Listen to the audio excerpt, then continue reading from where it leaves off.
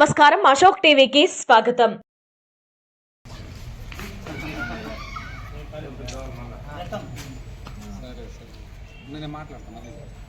నారా లోకేష్ బాబు గారి నాయకత్వం, నారా లోకేష్ బాబు గారి నాయకత్వం, నారా లోకేష్ బాబు గారి నాయకత్వం.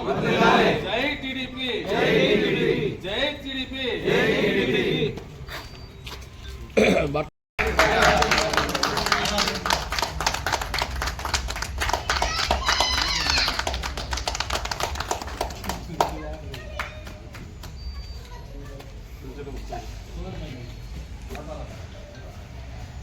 లోకేష్ బాబు గారి నాయకత్వం, లోకేష్ బాబు గారి నాయకత్వం, లోకేష్ బాబు గారి నాయకత్వం, గురుగొండ గారి నాయకత్వం, గురుగొండ గారి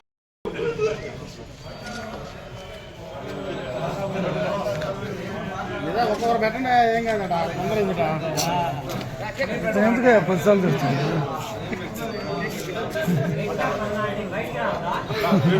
ఎవరు వచ్చేస్తుంది వీళ్ళిద్దరికి.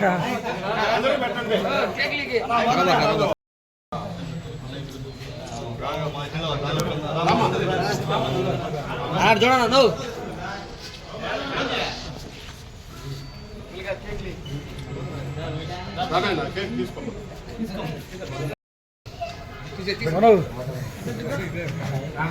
అంత పోనా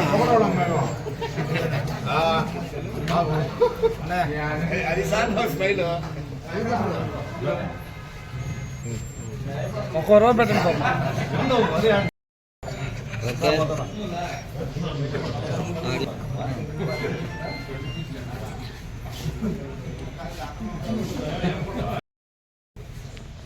మన లోకేష్ బాబు గారి 43వ పుట్టినరోజు వేడుకలు తెలుగుదేశం పార్టీ సభ్యులు, కార్యకర్తలు, నాయకులు అందరూ కలిసి ఈరోజు లోకేష్ బాబు బర్త్డేని ఘనంగా జరుపుకోవడం జరిగింది.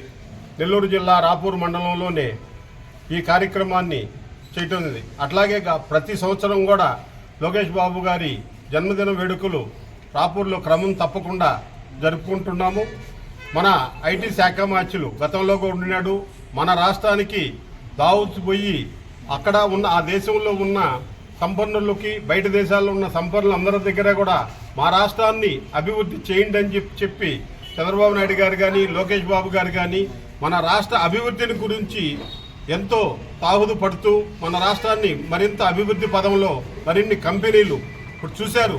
7 నెలల్లోనే మన పార్టీకి ఇంచుమించు 3 లక్షల కోట్లు నిధులు రాష్ట్రానికి అభివృద్ధి చేసేదానికి క్రమం తప్పకుండా చేస్తున్నారు.